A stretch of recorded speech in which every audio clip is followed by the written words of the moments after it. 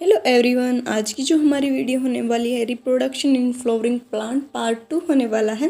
Part 1 कल discuss किया था पोलिनेशन तक, आज पोलिनेशन और उसके आगे डिस्कस करेंगे।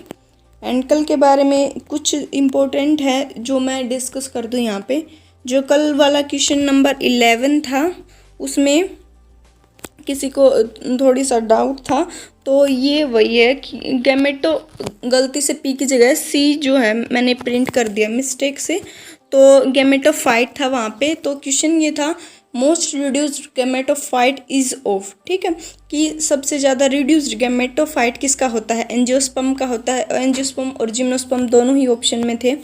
तो वैसे तो हमें पता है कि मोस्ट रिड्यूस्ड गैमेटोफाइट्स जिम्नोस्पर्म्स में एंड एंजियोस्पर्म्स में दोनों में मिलते हैं, बट यहाँ पे क्वेश्चन बहुत ज़्यादा ट्रिकी था। थोड़ा सा क्या था कि जो मेल गैमेटोफाइट होता है एंजियोस्पर्म का, ठीक है, वो बहुत ही ज़्यादा रिड्यूस्ड होता है, हाईली रिड्यूस्ड होता है, और वो डिपेंड करता है, टोटली डिपेंड होता है स्पोरोफाइट्स पे, ठीक है, स्पोरोफाइट्स पे डिपेंड है। इस वजह से इसका आंसर जो जाएगा वो क्या जाएगा, एंजियोस्पर्म जाएगा, जिम्नोस्पर्म नहीं जाएगा, because male gametophyte of angiosperm is highly reduced and is completely depend on sporophyte, ठीक है। एंड कल बहुत ज़्यादा बच्चों ने क्वेश्चंस अटेम्प्ट किए, बहुत ज़्यादा अच्छे मार्क्स आ रहे थे। अभी और मेहनत करनी है और अच्छे मार्क्स आएंगे, और ज़्यादा क्वेश्चंस अपलोड करूँगी मैं, और अच्छे क्वेश्चंस करेंगे, और ऐसे प्रैक्टिस करते रहो, बहुत अच्छा कर रहे हो।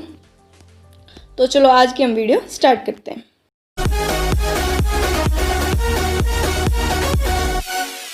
है कि transfer of pollen grain from anther to stigma, ठीक है, ये क्या है, पोलिनेशन है। एंथर से लेकर स्टिग्मा तक पोलन ग्रेन्स का ट्रांसफर हो जाना।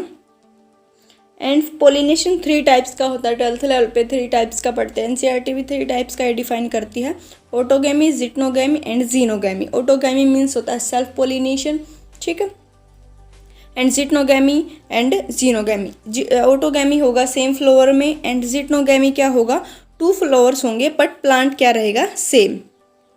लाइक एग्जांपल ले लेते हैं, डायग्राम तो मुझे आते नहीं, बाकी जैसे ये तुम एक कैसे भी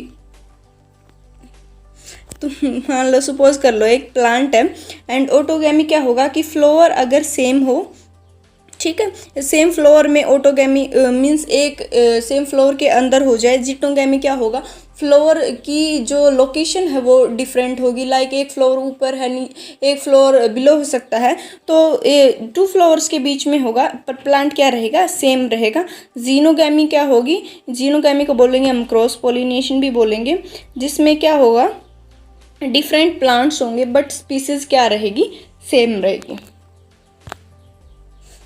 लाइक हम देख लेते हैं कि जो रियल पोलिनेशन किसको बोलेंगे, जीनोगैमी को ही बोलते हैं, बिकॉज जीनोगैमी में genetically and economically cross pollination होता है। मीन्स रियल क्रॉस पोलिनेशन किस में होता है, जीनोगैमी में ही होता है। एंड फिर हम देख लेते हैं कि फ्लावर्स, इन पे बहुत ज़्यादा क्वेश्चंस आ जाते हैं कई बार। ये जो बहुत ज़्यादा इम्पोर्टेंट है कि चास्मोगैमस एंड क्लिस्ट्रोगैमस फ्लावर्स क्या होते हैं, एंड चास्मोगैमस फ्लावर्स क्या होते हैं, जो सिमिलर होते हैं flowers of other species with exposed anther and stigma. Means जैसे जो नॉर्मल फ्लावर होता है कि वो जैसे जिसका एक्सपोज्ड एंथर हो और स्टिग्मा हो, वो होगा चास्मोगैमस। एंड क्लिस्ट्रोगैमस वो फ्लावर होगा जो ओपन ही नहीं होगा, doesn't open at all. Then monoecious plant और डायोशियस प्लांट देख लेते हैं अभी। मोनोशियस प्लांट क्या है, जिसमें male and female are present on same plant, ठीक है, मेल और फीमेल सेम प्लांट पे हों बट फ्लावर्स आर यूनिसेक्सुअल, कि ये नहीं कि प्लांट जो है वो सेम रहेगा but some flowers are male and but some flowers are female, ठीक है, ये नहीं कि एक फ्लावर्स में दोनों हैं, ये होगा मोनोशियस, ठीक है। इससे ऑटोगैमी तो नहीं होगा, बिकॉज ऑटोगैमी में मैंने बताया कि सेम फ्लावर होना चाहिए। फ्लावर जो है वो यूनिसेक्सुअल है, यहाँ पे फ्लावर बाइसेक्सुअल नहीं है, तो इससे ऑटोगैमी प्रिवेंट हो जाएगी, बट जिटनोगैमी प्रिवेंट नहीं होगा, बिकॉज मैंने जिटनोगैमी में बताया कि लोकेशन जो है वो डिफरेंट हो सकती है, तो जिटनोगैमी इसमें प्रिवेंट नहीं होगा। मोनोशियस प्लांट में क्या होगा, ऑटोगैमी प्रिवेंट हो जाएगा, जिटनोगैमी प्रिवेंट नहीं होगा। देन हम देख लेते हैं कि कौन से जो एजेंट्स होते हैं जो पोलिनेशन करवाते हैं, कितने टाइप के एजेंट्स होते हैं। तो 2 टाइप के एजेंट्स होते हैं, first is abiotic and second is biotic. ठीक है, एबायोटिक का थोड़ा सा देख लेते हैं पहले। एबायोटिक में विंड और वाटर 2 आते हैं। ठीक है, अगर किसी का पोलिनेशन विंड के थ्रू हो उसको बोलेंगे एनीमोफिलस। ठीक है, एंड वाटर के थ्रू हो तो हाइड्रोफिलस। ये तुम्हें ये टर्म्स हैं जो मैं बताऊंगी सबके लिए तुम्हें याद रखनी है, बहुत ज़्यादा इंपॉर्टेंट होते हैं ये। एंड विंड पोलिनेशन के लिए तुम्हें पता है कि क्या होने चाहिए, large number of pollen grains होने चाहिए, तो लार्ज नंबर ऑफ प्रोडक्शन होगा, ये बात तुम्हें याद रखनी है। देन फिर वाटर के लिए हमने देख लिया। ठीक है, देन बायोटिक एजेंट्स देख लेते हैं कि बायोटिक एजेंट्स कौन से हैं। तो अगर एनिमल बाय एनिमल्स हो, बायोटिक मीन्स लिविंग के थ्रू हो और एबायोटिक मीन्स नॉन लिविंग के थ्रू हो। एंड फर्स्ट ऑफ ऑल अगर एनिमल से हो, कोई भी एनिमल्स है वो कैरी कर रहा है तो उसको बोलेंगे जूफिली। इंसेक्ट से हो ऑर्निथोफिली बोलेंगे, बैट से हो चिरपैट्रोफिली बोलेंगे, स्नेल से हो मालाकोफिली, एंड स्नेक से हो। अब जब स्टूडेंट्स को डाउट रहता है कि स्नेल्स भी कैरी करता है, मुझे स्टडी टाइम में बहुत ज़्यादा डाउट हुआ था कि स्नेल्स भी कैरी करता है। तो हाँ, स्नेल्स भी एक बट रेयर होता है स्नेल्स के थ्रू, बट स्नेल भी कैरी करता है। ठीक है, देन विंड एंड वाटर के बारे में मैंने बता दिया कि विंड में तो जो बहुत ज़्यादा वो होने चाहिए, पोलन ग्रेन्स होने चाहिए। बट अगर ऐसे पोलन ग्रेन्स का वेस्ट हो रहा है तो इतना ज़्यादा वेस्टेज हो जाएगा एबायोटिक में। तो एबायोटिक को जो प्लांट्स है वो कम प्रीफर करते हैं बायोटिक के कंपैरिजन में। ठीक है, बायोटिक को ज़्यादा प्रीफर किया जाता है for wind pollination. Pollen grains are light and non sticky. जैसे तुम्हें पता है विंड में उन्हें फ्लटर करने के लिए क्या होना चाहिए, वो लाइट होनी चाहिए और क्या होनी चाहिए, नॉन स्टिकी होने चाहिए। ठीक है, और वाटर पोलिनेशन भी रेयर होगा। ठीक है, एंड ये ज़रूरी नहीं है कि वाटर में जितने भी स्पीसीज मिलते हो, जितने टाइप के प्लांट्स मिलते हों, उनमें सभी में कैसा पोलिनेशन हो, वाटर से ही हो। जैसे यहाँ पे एग्जांपल ले लेते हैं water hyacinth and water lily का, जो वाटर में होते हैं बट पोलिनेशन के लिए बाहर आ जाते हैं, उनमें पोलिनेशन कैसे होगा, इंसेक्ट से और विंड से होगा। ठीक है, ये भी इम्पोर्टेंट यहाँ पे बन सकता है क्वेश्चन। ठीक है, देन यहाँ पे ज़्यादा इम्पोर्टेंट तो नहीं था बट मैंने इंक्लूड किया, कभी कभी पूछ भी लेते हैं कि मैंगो में पोलिनेशन कैसे होगा, इंसेक्ट से हो सकता है या फिर एयर से हो सकता है। फिर तुम्हें मुझे बताना है कमेंट्स में कि लीवर मैकेनिज्म किस में पाया जाता है और लीवर मैकेनिज्म क्या होता है, अगर पता है तो, वरना मैं कल वाली वीडियो में बताऊँगी। ठीक है, इम्पोर्टेंट है यहाँ पे ये। ठीक है, एक फ्लोरल रिवार्ड्स क्या होते हैं और पोलर और नेक्टर रोबर क्या होते हैं, पोलर नेक्टर रोबर। ठीक है, एनसीईआरटी जरूर पढ़नी है तुम्हें। एनसीईआरटी में बहुत ज़्यादा डायग्राम्स हैं और रिप्रोडक्टिव यूनिट से ही बहुत ज़्यादा क्वेश्चंस आ जाते हैं, तो एनसीईआरटी मस्ट है तुम्हारे लिए, और सारे डायग्राम्स अच्छे से करना। ठीक है, तो चलो फर्टिलाइजेशन के बारे में पढ़ लेते हैं अभी। फर्टिलाइजेशन क्या होगा, fusion of male gamete with female gamete is known as fertilisation.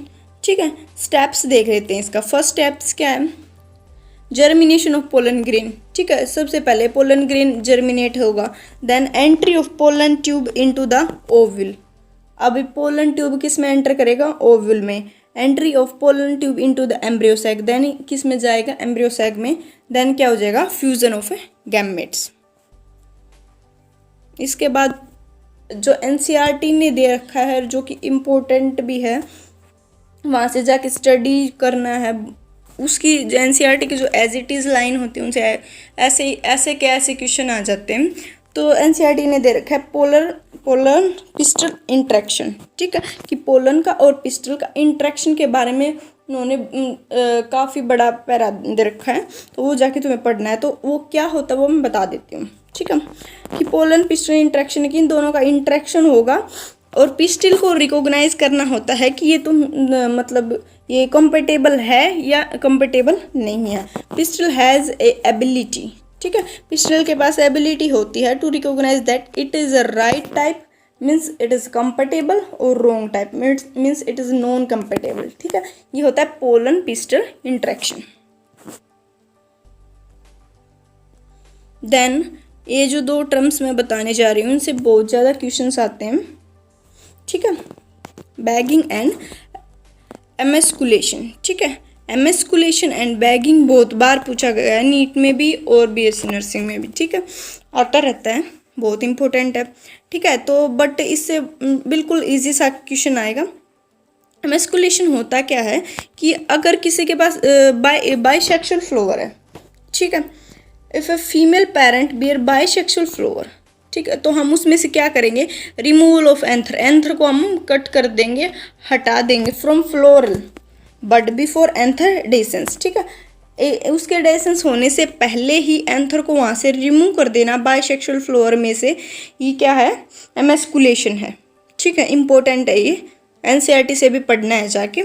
And bagging क्या होता है, अभी वो जो फ्लोवर है जिसका हमने एंथर हटा दिया, ठीक है, अभी हम ये क्यों कर रहे हैं, क्योंकि हम अपने अकॉर्डिंग इसमें ग्रोथ मीन्स अपने अकॉर्डिंग हम अपने डिज़ायर से चाहते हैं प्रोडक्ट, इसके लिए किया जा रहा है। तो बैगिंग क्या करेंगे, अभी जो जिसका एमेस्कुलेशन किया है उसको क्या करेंगे, बैग से कवर कर देंगे। ठीक है, सूटेबल साइज़ का मतलब क्या है कि उसके ही साइज़ का बैग लेंगे और उसको कवर कर देंगे, ताकि जो contamination of stigma to unwanted pollen, जो अनवांटेड पोलन हम वहाँ पे नहीं चाहते उनसे उनके कंटामिनेशन से बचाने के लिए।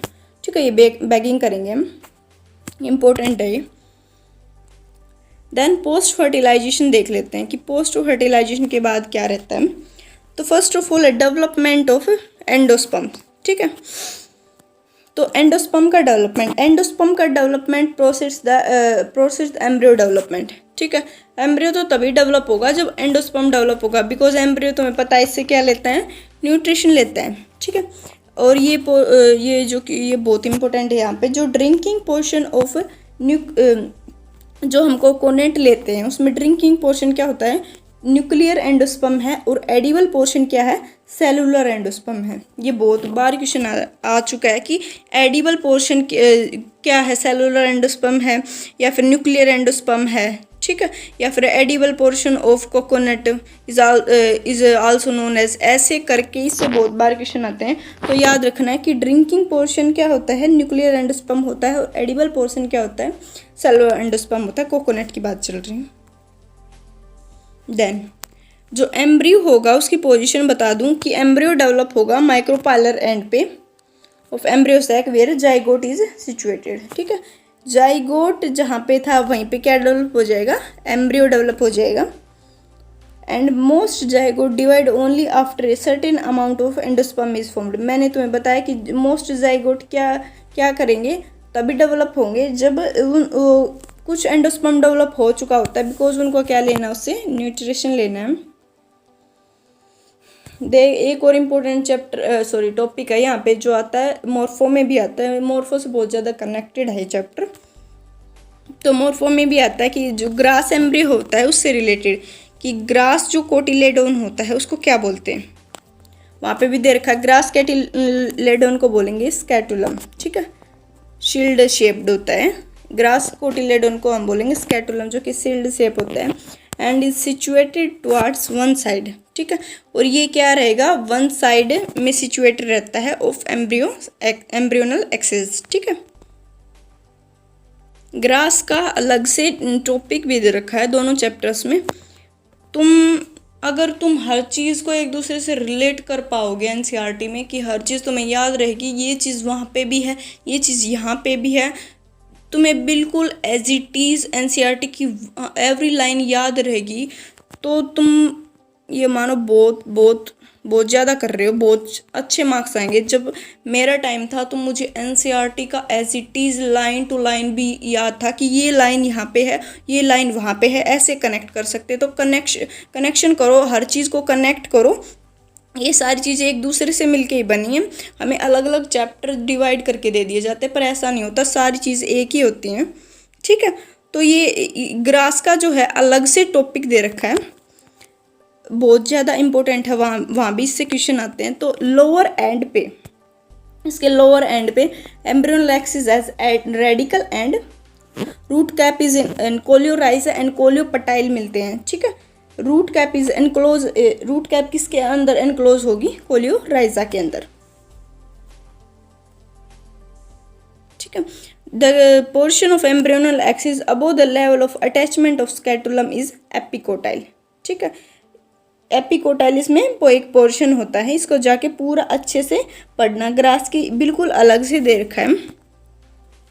फिर हम ये देख लेते हैं जो बहुत बार पूछा जाता है, कहीं कहीं आ जाता है कि पोस्ट फर्टिलाइजेशन चेंजेस, ठीक है। पोस्ट फर्टिलाइजेशन चेंजेस कि मतलब कौन सा स्ट्रक्चर है, किस में चेंज हो गया। अभी मैं जब जैसे तुम्हें बोलती हूँ ये बहुत बार आता है, तो तुम ये सोचते होगे कि कहाँ आता है। तो लास्ट 10 to 15 ईयर्स में जो भी क्वेश्चंस आए हैं उनके बारे में बता रही हूँ कि ये कभी ना कभी आए हैं, ठीक है। तो first of all ovary, ovary किस में चेंज होगी, फ्रूट में। एंड ओव्यूल, ओव्यूल किस में चेंज होगा, सीड में। एंड ओवरी वाल जो होगी वो पेरिकार्प में, या पेरिकार्प ऑफ फ्रूट वॉल, ठीक है। और इनर इंटेगुमेंट किस में चेंज होगा, टैगमैन में। न्यूक्लियस क्या हो जाएगा, डीजनरेट हो जाएगा। एंड एग सेल किस में चेंज हो जाएगी, एम्ब्रियो में। एंड हाइलम ऑफ ओव्यूल किस में चेंज हो जाएगा, हाइलम ऑफ सीड्स में। एंड सिनर्जिड्स एंड एंटीपोडल्स क्या हो जाएंगी, डीजनरेट हो जाएंगी। फ्यूनिकल ऑफ ओव्यूल किस में चेंज हो जाएगा, स्टाक ऑफ सीड में। अगर तुम रिलेट कर पा रहे हो तो ये चीज़ें तुम्हें बहुत आसान लगेंगी, वरना स्क्रीनशॉट ले लो, याद कर लेना, कोई बात नहीं। माइक्रो मीन्स माइक्रोपाइल है ओव्यूल का, वो किस में चेंज हो जाएगा, माइक्रोपाइल ऑफ सीड में। चलाजा ऑफ ओव्यूल किस में चेंज हो जाएगा, चलाजा ऑफ सीड में। अभी यहाँ पे जो थोड़ा सा और इम्पोर्टेंट है जो मैं बताने जा रही हूँ कि तुम्हें ये याद रहना चाहिए कि कौन डिप्लॉयड होता है, कौन हैप्लॉयड रहता है। बहुत बार बच्चों को कन्फ्यूज़न रहता है कौन डिप्लॉयड है कौन हैप्लॉयड है। तो मैं डिप्लॉयड को और हैप्लॉयड को बिल्कुल अलग अलग बता रही हूँ कि इस चैप्टर में से कितने डिप्लॉयड हमने पढ़े, कितने हैप्लॉयड हमने पढ़े, ठीक है। तो सबसे पहले मैं डिप्लॉयड बता रही हूँ। तो जाइगोट डिप्लॉयड है, embryo, radical, plumule, cotyledon, nucellus, ठीक है। And integument, micropore mother cell, ठीक है, sorry microspore mother cell, megaspore mother cell, ovary, ovary fruit wall, ठीक है, carpel, sepal, petal, stamen, leaf, root and stem. ये क्या रहे हैं हमारे, डिप्लॉयड रहे हैं, 2n रहे हैं, ठीक है। एंड जो हैप्लॉयड रहे हैं गैमेटोफाइट्स हैं वो और बता दूं, माइक्रोस्पोर या फिर pollen grain, tube cell, generative cells, ठीक है, male gamete, female gamete, megaspore और एम्ब्रियो सैक, ठीक है। इनका भी तुम स्क्रीनशॉट ले सकते हो। Then synergids, antipodal cells, egg cell and 2 polar nuclei. याद रखना ये सारे जो बताए मैंने n हैं और 2 पोलर न्यूक्लियाई क्या होंगी, n+n। और जो ये n होता है ये स्मॉल होता है, ठीक है। मैंने जल्दी में लिख दिया, इसको लिखेंगे n+n, ठीक है। ये ऐसे आएगा, ये भी n स्मॉल n में लिखेंगे हमेशा। और अभी इस वीडियो के बाद तुम क्यूज़ेस अटेम्प्ट कर सकते हो, वहाँ expertnurse.in.net गूगल पे भी सर्च कर सकते हो, वरना मैं लिंक प्रोवाइड कर दूंगी। और बताना है कि कितनी ग्रोथ चल रही, कितने मार्क्स आ रहे हैं, और डाउट पूछने कमेंट में। और वहाँ पे कोई डाउट होता है क्वेश्चन में वेबसाइट पे तो वहाँ पे लिख दिया करो, मैं वेबसाइट खोलूँगी तो मैं बता दूँगी, मैं देख लूँगी वहाँ पे कि तुम्हें यहाँ पे ये डाउट आया। और कोई भी क्वेश्चन में डाउट हो तो तुम बताना कमेंट में, ठीक है। और वीडियो अच्छी लगी हो तो वीडियो को लाइक कर देना, शेयर कर देना एंड चैनल को सब्सक्राइब कर देना। Bye bye.